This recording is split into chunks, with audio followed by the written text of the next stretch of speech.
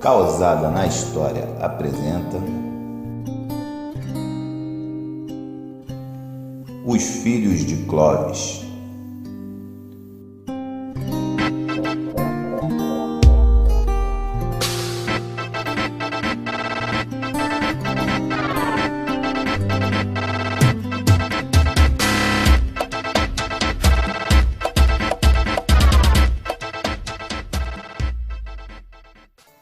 Com a morte de Clovis em 511, o reino franco, que ele havia unificado, é dividido entre seus 4 filhos. E com isso, passa um período de disputas internas e o poder real enfraquece. Assim, eles são considerados reis indulgentes. Os reis passam a negligenciar como governantes. E, na verdade, quem ocupou esse papel foram os majordomos, ou prefeitos. E esses caras se fortaleceram durante esse período. Os filhos de Clovis eram Teodorico, que era o primogênito, e também era filho de uma concubina de Clovis. Esse aí herdou Metz. Clodomiro, que herdou Orleans, na Borgonha. Esse território foi tomado do antigo reino de Siagrio. Childeberto, que recebeu parte da cidade de Paris e uma área ali ao norte do rio Somme, e também uma área ao norte do Canal da Mancha, uma área onde hoje é a atual Bretanha. E Clotário. Clotário era o mais novo, recebeu Soissons e outras áreas também.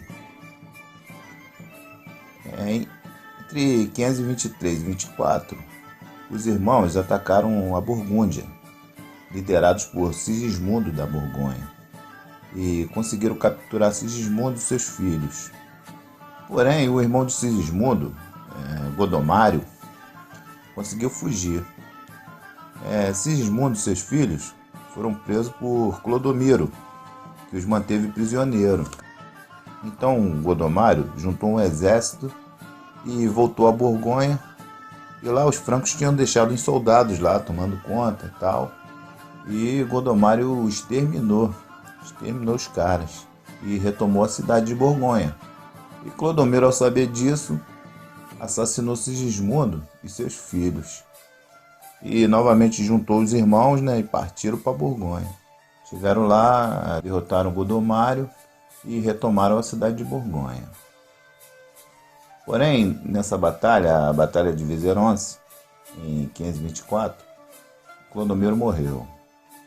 Os 3 filhos de Clodomiro ficaram sob a custódia da sua avó, Clotilde, a viúva de Clovis e mãe dos caras. E a viúva de Clodomiro iria se casar com Clotário I, irmão dele, Porém, o Clotário e o Chilperico, seu irmão, se juntaram e assassinaram os filhos de Clodomiro. Na verdade, eles conseguiram matar 2. Teodobaldo, de 11 anos, e Gontário, de 7 anos. Matou as crianças envenenado. E Clodoaldo, mais novo, conseguiu escapar. E mais tarde, Clodoaldo abdicou da herança real e tornou-se um abade. Ele cortou os longos cabelos, porque o cabelo longo era um símbolo da realeza franca. E o reino de Clodomiro foi dividido entre os irmãos. Em 534, o Teodorico se envolveu na guerra lá entre os irmãos lá da Turíngia. A questão foi a seguinte: o Hermanfredo, ele governava junto com seus 2 irmãos, Baderico e Bertário. Porém, após ele se casar com a Malaberga, que era a sobrinha do rei visigodo, ele achou que deveria reinar sozinho. E o que ele fez? Ele matou seu irmão Bertário. E com isso, o Baderico, outro irmão, ficou revoltado, juntou um exército e entraram em conflito. E o que ele fez? Ele pediu ajuda ao filho de Clovis, o Teodorico, e prometeu a metade do reino dele. Falou: caso eu consiga vencer meu irmão, eu vou te dar metade do reino da Turíngia. E Teodorico partiu para lá com seu exército. E Chegando lá, eles juntaram os dois exércitos, né? O do Hermanfredo com um do Teodorico, e conseguiram derrotar o Baderico. E após a vitória, né? O Teodorico não recebeu nada em troca. Ficou aguardando e nada. Aí o que ele fez? Ele voltou para casa, chegou lá, juntou com seu irmão Clotário e voltaram, retornaram e entraram em batalha com Hermanfredo. E uma batalha sangrenta foi travada perto do rio Saale, na Alemanha, e os francos foram vencedores. Porém, o Hermanfredo conseguiu escapar, mas pouco tempo depois ele morreu misteriosamente e o seu reino foi incorporado aos domínios francos. A filha de Hermanfredo, a princesa Redegunda, foi levada como refém, juntamente com o irmão dela, o outro filho de Hermanfredo. E lá, chegando lá no reino franco, ela foi batizada. E após a morte da esposa de Clotário, que havia se casado com sua cunhada, ele forçou a Redegunda a se casar com ele. Porém, ela preferiu viver em penitência e se tornou muito católica, ela e tal, muito religiosa. E com isso ele vivia em conflito com a esposa. E o que ele fez? Ele foi e mandou matar o cunhado. Quando ela soube que o irmão dela tinha morrido, ela fugiu para um convento em Noyon. E o bispo a consagrou freira. Em 560, ela fundou um convento de mulheres em Poitiers, e onde ela entrou como uma simples freira. Esse convento mais tarde passou a se chamar Sainte Croix, porque ela recebeu um presente do imperador bizantino, que era uma relíquia da verdadeira cruz, um pedacinho da verdadeira cruz de Jesus Cristo. Aí mudaram o nome para o convento Santa Cruz, né?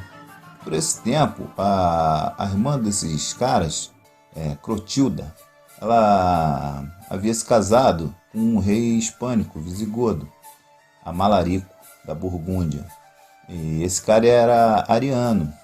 E Clotilda era extremamente católica. E esse cara começou a maltratar a Clotilda. Aí ela mandou avisar os caras, os irmãos dela. Falou, pô, o cara tá me batendo, tá me maltratando todo dia. O cara jogava estrume na mulher, porcaria, fazia várias coisas ruins, fazia várias maldades com a mulher. Aí os caras atravessaram os Pirineus com seus exércitos e mataram o rei visigodo lá, o Amalarico, e tomaram o reino. E na volta para casa, ela já fraquinha, coitada, durante a viagem ela não resistiu e morreu. E foi enterrada ao lado do seu pai em Paris. Em 533, Teodorico morreu e Teodoberto, seu filho, herdou as suas possessões. Isso depois de uma oposição dos dois tios, né, que queriam ficar com o trono.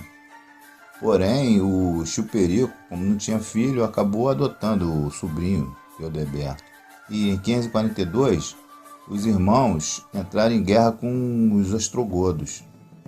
A questão foi a seguinte: na Gália, apenas Septimânia não estava sob o controle dos francos. Por quê? Os ostrogodos haviam cedido aos francos, em 537, Provença, em troca deles não se meterem numa disputa que ele estava tendo com o Império do Ocidente, Constantinopla. O rei ostrogodo estava mais preocupado em concentrar suas forças na Península Itálica ali. Mas Septimânia ainda estava sob o controle ostrogodo. Os irmãos partiram para a Espanha. Conseguiram tomar Pamplona em 542, mas sofreram uma grande derrota em Saragoza e foram forçados a se retirar. Eles eram muito católicos e nessa viagem eles trouxeram uma relíquia, a túnica de São Vicente, e mais tarde construíram um monastério, o monastério de São Vicente, que posteriormente passou a abrigar a tal relíquia. Mais tarde passou também a ser chamado Saint-Germain-des-Prés. Após essa derrota, eles se uniram aos gépidas e os lombardos e atacaram novamente os ostrogodos. O Teodoberto havia conquistado províncias no norte, tinha feito uns casamentos lá e foi expandindo. Conquistou também parte de Veneza. Só que em 547 Teodoberto morreu e foi sucedido pelo seu filho Teodobaldo. Porém, esse garoto ele era muito doente, era frágil, e quem governava na verdade era a tia dele, Teodechilda. E não demorou muito, em 555 morreu. E como ele não tinha herdeiro e tal, o Clotário I assumiu. Em 558, o Childeberto também morreu. Como ele também não tinha herdeiro, o Clotário anexou o reino e unificou o reino franco, refazendo o território de Clovis, seu pai. O Clotário governou também grande parte da Alemanha, fez expedições no interior da Saxônia. Inclusive tem um fato curioso que na Saxônia ele exigiu um bom tempo lá, um tributo de 500 vacas anuais para os caras lá. O final do reinado de Clotário I foi conturbado por divergências internas, principalmente com um dos seus filhos chamado Cran. Esse aí se levantou contra ele e fugiu com a família para Borgonha. E o Clotário foi atrás dele. E chegando na Borgonha, ele se refugiou numa cabana. E o Clotário ateou fogo na cabana e matou o filho, né, o Cran, a mulher do Cran e os filhos do Cran. Após esse episódio, o Clotário I ficou cheio de remorso, né? E aí ele ficou impressionado com aquilo. Tinha acabado de matar o filho e a família toda. Então, ao retornar à cidade de Tours, ele passou seus últimos dias sentado no túmulo de São Martinho, implorando perdão, até morrer. E assim chega ao fim o último filho de Clovis. Bom, é bem por aí, mais ou menos isso aí. E a saga continua.